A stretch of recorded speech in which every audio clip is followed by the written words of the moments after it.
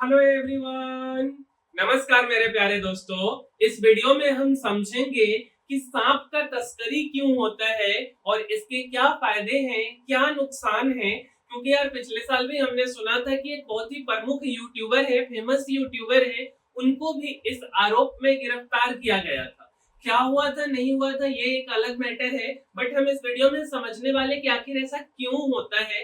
क्योंकि हाल ही में एक ऐसा घटना घटा है कि मुंबई एयरपोर्ट पे एक व्यक्ति आते हैं और उनको ना एयरपोर्ट पे जो कस्टम डिपार्टमेंट के लोग हैं वो उनको गिरफ्तार कर लेते। तो मेरे भाई 31 मई का ये कहानी है। और 31 मई को क्या होता है इस बात को हम समझते हैं। तो 31 मई की रात को एक व्यक्ति थाईलैंड से लौटते हैं और वो व्यक्ति कोई थाईलैंड के नहीं है, बल्कि वो एक इंडियन व्यक्ति है। इंडियन व्यक्ति क्या होता है कि जैसे ही वह मुंबई एयरपोर्ट पे पहुंचे, उनको जो कस्टम ऑफिसर है वो उनको क्या करते, पकड़ लेते हैं और उनके बैग का तलाशी लिया जाता है। और उस बैग में 47 जहरीला सांप और 5 दुर्लभ प्रकार के कछुए मिलते, जो कि ऑफिस मतलब बोल सकते हैं ना कि ऐसे कहीं भी आपको नहीं मिल जाएंगे कछुए, उस टाइप के 5 कछुए मिलते। और ये जो सांप इनके बैग में मिला ना, वो ऐसा सांप मिला कि अगर ये किसी को काट ले, ठीक है, तो उसका जो एंटी वेनम है, मींस की जो वैक्सीन लगाया जाता है, वो भारत में मिलता भी नहीं। और अगर हम ब्लैक मार्केट की बात करें तो एक एक सांपों की कीमत जो है वो लाखों रुपए में है। तो आखिर बात आता है कि लोग ऐसा क्यों करते हैं, क्यों सांपों का तस्करी किया जाता है ना। तो सबसे पहले हम इस बात को समझते हैं कि एक्चुअल में ये जो सांप है ये कितना खतरनाक है, कहाँ पाया जाता है। तो मेरे भाई, जो यात्री के बैग में 5 एशियाई लीफ टर्टल, जिसको हम कछुआ बोल सकते हैं, और 3 स्पाइडर टेल्ड हॉर्न्ड वाइपर और 44 इंडोनेशियाई पीट वाइपर मिला। अच्छा, सबसे पहले हम समझते हैं इंडोनेशियाई पिट वाइपर के बारे में।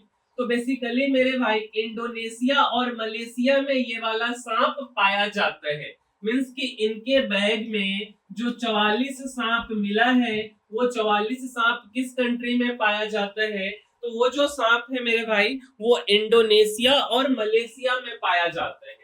चटकीले नीले हरे रंग और तिकोने सिर के लिए ये जो सांप है आप यहाँ देख रहे होंगे, इसके लिए ये फेमस है।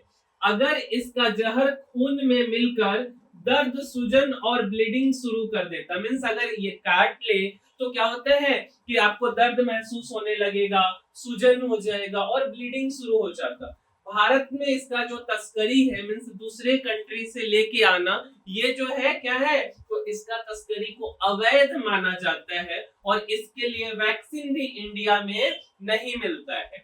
अच्छा, दूसरा जो सांप उनके बैग में मिला था वो स्पाइडर टेल्ड हॉर्न्ड वाइपर मिला। अच्छा, तो ये कहाँ पाया जाता है मेरे भाई, तो अगर हम ईरान और इराक जहां से तेल खरीदते क्रूड ऑयल, उसके रेगिस्तान में ये वाला सांप पाया जाता है। अगर हम इसके पूंछ की बात करें तो मकड़ी जैसी दिखती है, आप ये फिगर देख रहे होंगे। और ये बेसिकली क्यों होता है, तो इसका जो शिकार होता है उसको लुभाने के लिए, अट्रैक्ट करने के लिए ऐसा इसका पूंछ होता है। भारत में इसके तस्करी पर रोक है और दुनिया भर में भी इसका तस्करी आप नहीं कर सकते, मतलब इलीगली आप इसको लेकर के नहीं आ सकते। अगर इसका जहर खून में मिल जाए, इसका जहर खून में मिलकर असर करता, और भारत में इसका भी एंटी वेनम मींस वैक्सीन उपलब्ध नहीं है। हालांकि इन दोनों प्रजातियों के सांपों ने आज तक किसी इंसान को काटा नहीं है। ऐसे में ये पता नहीं चल पाया कि अगर यह काटेगा तो इंसान कितने देर के बाद जो है वो मर जाएगा। ठीक है, अच्छा, अब बात आता है हमारा जो मुख्य क्वेश्चन है कि सांप का आखिर तस्करी क्यों किया जाता है, इसके पीछे वजह क्या है, क्यों लोग करते हैं। मेरे भाई, 4 मुख्य रूप से इसके पीछे का वजह है। पहला है कि कम जोखिम में ज्यादा मुनाफा। एक तो पैसा कमाने के लिए लोग करते हैं कि आपको रिस्क कम लेना है और फायदा ज्यादा हो जाए।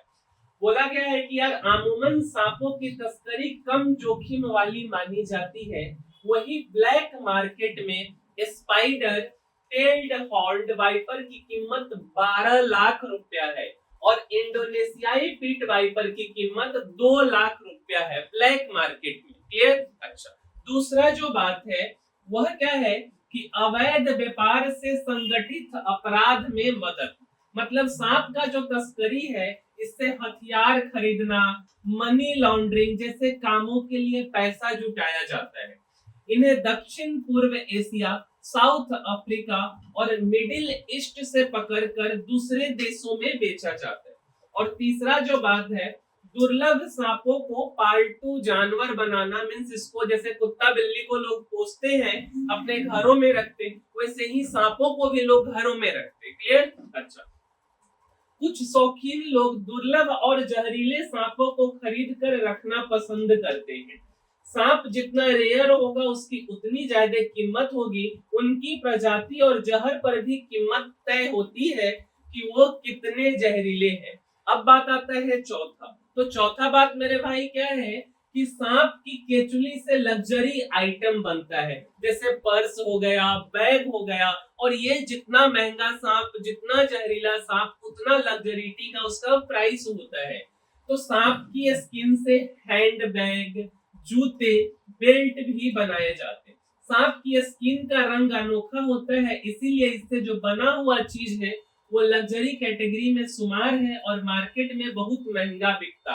जैसे आप देखेंगे कि यहाँ पे सांप लोग पाले हुए हैं, ये आपका बैग हो गया, इधर जूता हो गया, है ना। तो ये सब सांप से, सांप के स्किन से बनाया गया है। अच्छा, ये तो 4 बातें हो गई कि क्यों लोग ऐसा करते। अब बात आता है कि क्या सांपों के जहर में नशा होता है ना। क्योंकि सुनने में आया कि लोग इसको, जो पार्टी होता है, रेप पार्टी होता है, उस पार्टी में लोग इसका यूज करते हैं। तो इसके बारे में समझते। मेरे भाई, ऐसा एक्सपर्ट्स मानते हैं कि रेगुलर नशीले पदार्थ से उब जाने वाले लोग सांपों के जहर का इस्तेमाल करते हैं। सांप के जहर का थोड़ा अमाउंट इंसान के नर्वस सिस्टम को धीमा कर देता है, नींद और शांत कर देने वाला रिएक्शन करता है। अच्छा, नशे के लिए जहर से बना स्नेक बाइट पाउडर इस्तेमाल किया जाता है। ठीक है, मतलब स्नेक बाइट जैसे करता ना, तो उससे जो भी चीज निकलता है उसको सुखा के पाउडर बना लिया जाता है और उस पाउडर को लोग नशे के रूप में लेते। और नशा इन द सेंस क्या होता है कि वो थोड़ा सा आपको नींद और आराम फील कराता है, इन द सेंस नशा में। अच्छा, जिस ड्रिंक के साथ लिया जाता है, इसका नशा कुछ घंटों से लेकर पूरे दिन तक रहता है। ज्यादातर कोबरा के जहर का इस्तेमाल किया जाता है। क्लियर? अच्छा, अब बात आता है कि क्या जहर से दवा और शराब भी बनता है। अब बात आता है कि जो सांप का जहर है उससे दवा भी बनता है क्या, क्या शराब भी बनता है, तो उसके बारे में समझते।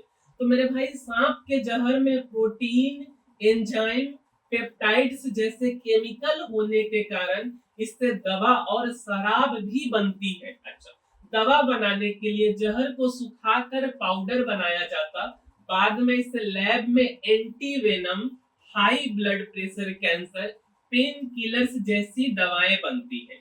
जिंदा या मरे हुए सांप को एक बोतल में चावल, गेहूं या फिर अन्य अनाज की शराब के साथ रखा जाता है। फर्मेंटेशन के बाद इससे शराब बनती। मतलब किसी डब्बा में, किसी बोतल में सांप को रख दिया और उसी के साथ चावल, गेहूं, आटा रख दिया और उसके बाद जब वो सड़ गया, मर गया, तब फिर उससे शराब बना दिया गया। अच्छा, अगला बात कि सांपों के जहर का बाजार कैसे चलता है। अब एक्चुअल बात यहाँ पे आती कि जो सांप का जहर है, उस जहर से बाजार में, मतलब इसका कैसे बेचा जाता है, कैसे उपयोग होता है।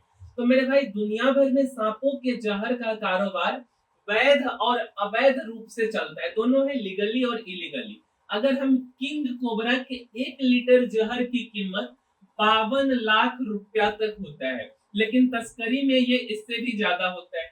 मुंबई एयरपोर्ट पे जो व्यक्ति पकड़े गए, 43 इंडोनेशियाई पिट वाइपर, इसका कीमत 18.5 लाख रुपया होने का अनुमान है। लेकिन अगर इसी को ब्लैक मार्केट में बेचा जाए तो और ज्यादा इसका कीमत कई गुना तक बढ़ सकता है। सांपों की तस्करी अगर कोई व्यक्ति करता है और पकड़ा जाता है तो उसके लिए फिर क्या कानून है ना। तो इस बात को समझिए। पहला जो कानून है मेरे भाई, इंडिया के तहत वन्य जीव संरक्षण अधिनियम 1972 वन्य जीवों की सुरक्षा और अवैध व्यापार को रोकने के लिए ये कानून है और इसमें सांपों की तस्करी के लिए 3 से 7 साल तक की जेल और 25,000 रुपए तक जुर्माना लगता है। दूसरा, कस्टम एक्ट 1962, यह कानून भारत में इंपोर्ट और एक्सपोर्ट को रेगुलेट करता है और इसके तहत सांप की तस्करी के जुर्म में 2 से 7 साल तक की जेल और कुछ पैसा जुर्माना भी लगता है। तो मेरे भाई, इस वीडियो में इतना ही। और अगर आपको वीडियो अच्छा लगा है तो लाइक, शेयर और सब्सक्राइब करना नहीं भूलिए इस चैनल को। दूसरा बात मेरे भाई, कि बोला जाता है कि अगर हम अपने नॉलेज में, ज्ञान में इन्वेस्ट करें तो उससे ज्यादा प्रॉफिट कुछ भी नहीं देता है। तो इसी चैनल पे हम स्टॉक मार्केट से रिलेटेड भी वीडियो बनाते, इन्वेस्टिंग से रिलेटेड भी वीडियो बनाते कि कैसे आपको किसी शेयर को खरीदना है, कैसे बेचना है। ट्रेडिंग से रिलेटेड हम कोई वीडियो नहीं बनाते हैं। धीरे धीरे जैसे जैसे चैनल ग्रो करते जाएगा तो फंडामेंटल और टेक्निकल एनालिसिस भी इंक्लूड होते जाएगा।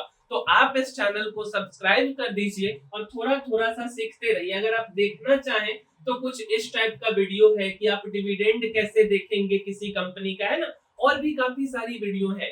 तो मेरे भाई, इस वीडियो में इतना ही। मिलते हैं अगले वीडियो में, तब तक के लिए धन्यवाद।